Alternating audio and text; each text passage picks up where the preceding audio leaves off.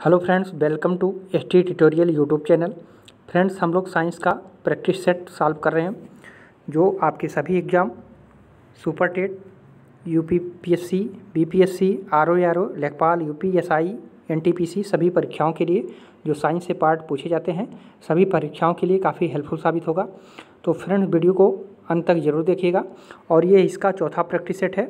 इसके पहले का 3 पार्ट आप लोग प्लेलिस्ट में जाकर के देख सकते हैं जो आपके आगामी सभी एग्जाम के लिए काफ़ी हेल्पफुल साबित होंगे।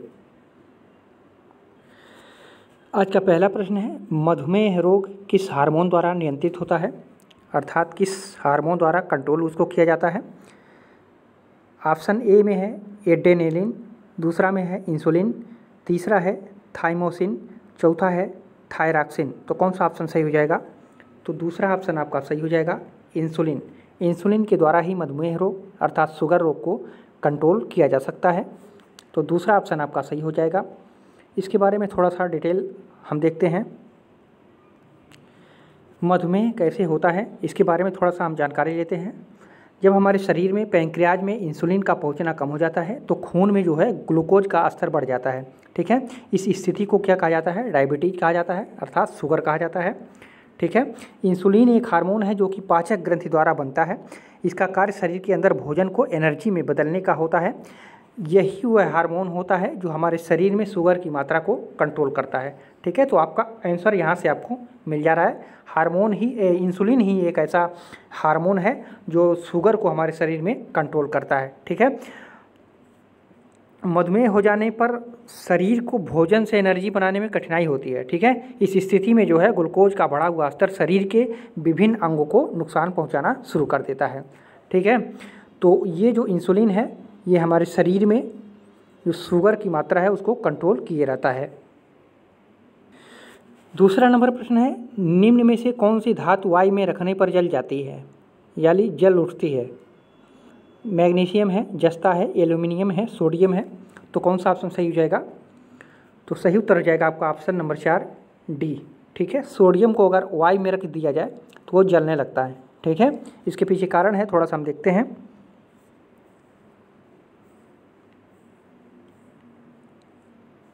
ठीक है, यहाँ पे 2 होता है। ठीक है, सोडियम और पोटेशियम दोनों को वायु में रखने पर जो है ये जल उठता है। सोडियम तथा पोटेशियम अत्यधिक क्रियाशील धातुएं हैं। ठीक है, हवा के संपर्क में आते ही ये तीव्रता से ऑक्सीजन से अभिक्रिया करके ऑक्साइड बनाती हैं और आग पकड़ लेता है। ठीक है, अतः इनको जो है सुरक्षित रखने के लिए मिट्टी के तेल में रखा जाता है। ठीक है, तो यहाँ पर देख लीजिएगा 2 होते हैं, सोडियम और पोटेशियम जो है दोनों जो है वायु में जल उठते हैं। ठीक है, तो दोनों को याद रखिएगा, कभी ये पूछता है कभी ये पूछता है, तो दोनों इंपॉर्टेंट है। तीसरा नंबर प्रश्न है, निम्नलिखित में से कौन सी गैस पाप की ध्वनि के साथ जलती है? पाप की ध्वनि के साथ कौन सी गैस जलती है? तो ऑप्शन में आपका हाइड्रोजन है, नाइट्रोजन डाइऑक्साइड है, सल्फर डाइऑक्साइड है, ऑक्सीजन है। तो सही उत्तर हो जाएगा आपका ऑप्शन नंबर ए, हाइड्रोजन। ठीक है, हाइड्रोजन एक ऐसी गैस है, अगर इसके पास माचिस की तिल्ली आप ले कर जाएंगे तो ये पाप की ध्वनि के साथ जो है जलेगी। ठीक है, तो सही उत्तर आपका हो जाएगा ए, हाइड्रोजन। यहाँ पर थोड़ा सा देख सकते हैं, जब एक अम्ल धातु के साथ क्रिया करता है तो हाइड्रोजन गैस मुक्त होती है। ठीक है, यहाँ पर देख लीजिए, यहाँ पे हाइड्रोजन मुक्त हो रहा है। ठीक है, जांच के तौर पर अगर देखा जाए हाइड्रोजन गैस की उपस्थिति की जांच गैस के पास एक जलती हुई तीली ले जाने से होती है। ठीक है, गैस ज्वलनशील है तथा पाप की ध्वनि के साथ जलती है। ठीक है, कौन? हाइड्रोजन। ठीक है, तो पहला ऑप्शन जो था आपका सही हो जाएगा। हाइड्रोजन गैस जो है वो पाप के साथ जलती है, पाप ध्वनि के साथ जलती है। चौथा नंबर प्रश्न है, राष्ट्रीय रासायनिक प्रयोगशाला नेशनल केमिकल लाइब्रेरी NCL कहाँ पे स्थित है?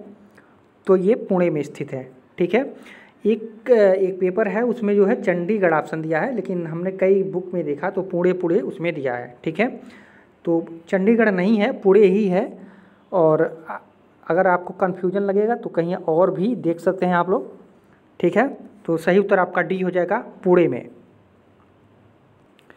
यहाँ पे आप देख सकते हैं राष्ट्रीय रासायनिक प्रयोगशाला जो पुणे का है। ठीक है, ये है पुणे का। राष्ट्रीय रासायनिक प्रयोगशाला। ये बहुत बार ये प्रश्न पूछा है, कई एग्जामों में पूछा है।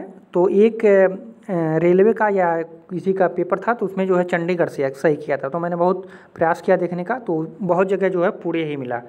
ठीक है, तो सही उत्तर आपका पुणे ही हो जाएगा, ऑप्शन नंबर डी। 5वां नंबर प्रश्न है, प्रकाश का वेग सबसे पहले किसने मापा था? ऑप्शन में है आपका गैलीलियो, न्यूटन, रोमर, आइंस्टीन। तो कौन सा ऑप्शन सही हो जाएगा? तो आपका ऑप्शन नंबर सी सही हो जाएगा, रोमर। ठीक है, रोमर ने ही प्रकाश के वेग को मापा था। यहाँ पे देख सकते हैं 1670 में, ठीक है, डेनिश खगोल वैज्ञानिक ओल रोमर ने यह सिद्ध किया कि प्रकाश का वेग कम परंतु परिमित होता है। इससे पहले ये माना जाता था कि प्रकाश शून्य समय में ही दूरी तय कर लेता है। ठीक है, इसके पहले जो था वो शून्य समय में ही दूरी तय कर लेता है, ऐसा माना जाता था। लेकिन ये ओल रोमर ने ये सिद्ध किया कि प्रकाश का भी अपना एक चाल है। ठीक है, और 1670 में इसको इन्होंने खोज किया था। तो आपका ऑप्शन नंबर कौन सा सही था? सी में रोमर के द्वारा किया गया था। 6वां नंबर प्रश्न है, दर्पण बनाने में निम्नलिखित में से किसे उपयोग में लाया जाता है? तो ऑप्शन में है silver nitrate, silver oxide, silver acetate, silver amalgam. ठीक है, तो कौन सा ऑप्शन सही हो जाएगा? तो ऑप्शन नंबर आपका ए सही हो जाएगा, सिल्वर नाइट्रेट का प्रयोग किया जाता है। ठीक है, दर्पण बनाने में जो है सिल्वर नाइट्रेट का उपयोग किया जाता है। 7वां नंबर प्रश्न है, प्रेशर कुकर में खाना जल्दी बन जाता है, इसका क्या कारण है? तो ऑप्शन नंबर ए में है प्रेशर कुकर में गर्मी बाहर नहीं जाने पाती है, तो ये बिल्कुल गलत है। ठीक है, ऐसी कोई बात नहीं है।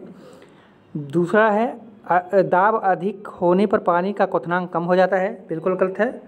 दाब अधिक होने पर पानी का क्वथनांक तो बढ़ जाता है। ठीक है, यहाँ कम कर दिया है तो बिल्कुल गलत हो जाएगा। सी नंबर है आपका, दाब अधिक होने से पानी का क्वथनांक बढ़ जाता है, तो बिल्कुल सही उत्तर हो जाएगा आपका ऑप्शन नंबर सी। ठीक है, दाब अधिक होने पर पानी का क्वथनांक बढ़ जाता है, इसलिए जो है कुकर में जो है खाना जल्दी बन जाता है। ठीक है, और डी में तो कोई दाब अधिक होने से खाना जो है 100 अंश सेल्सियस पर पकता है, तो बिल्कुल ये गलत हो जाएगा। ठीक है, तो ऑप्शन नंबर सी आपका सही हो जाएगा। प्रेशर कुकर में जब दाब अधिक होने लगता है तो पानी का क्वथनांक बढ़ जाता है, जिससे जो है खाना जल्दी पक जाता है, तो सी ऑप्शन आपका सही हो जाएगा। 8वां नंबर प्रश्न है, प्रोटीन की अधिकतम मात्रा पाई जाती है, तो किस में पाई जाती है? अरहर में, उड़द में, सोयाबीन में, गेहूँ में।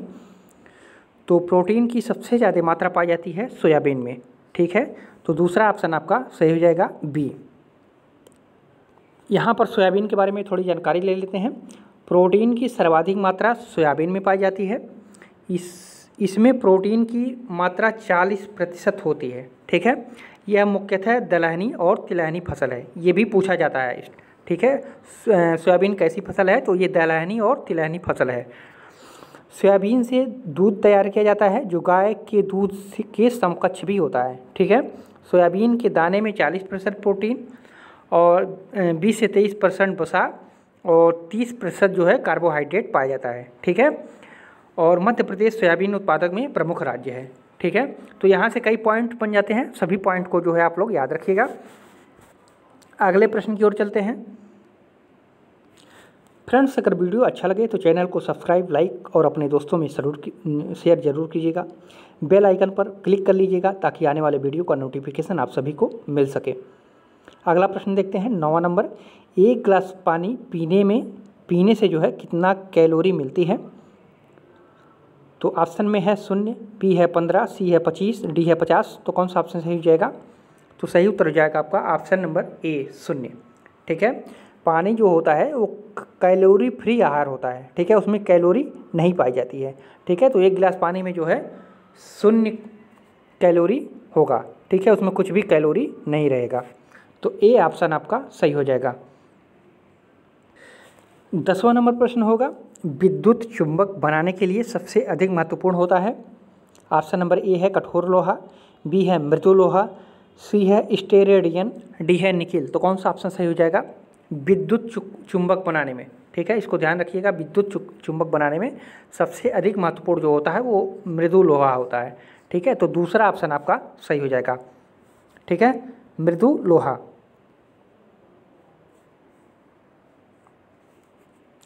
Thanks for watching this video.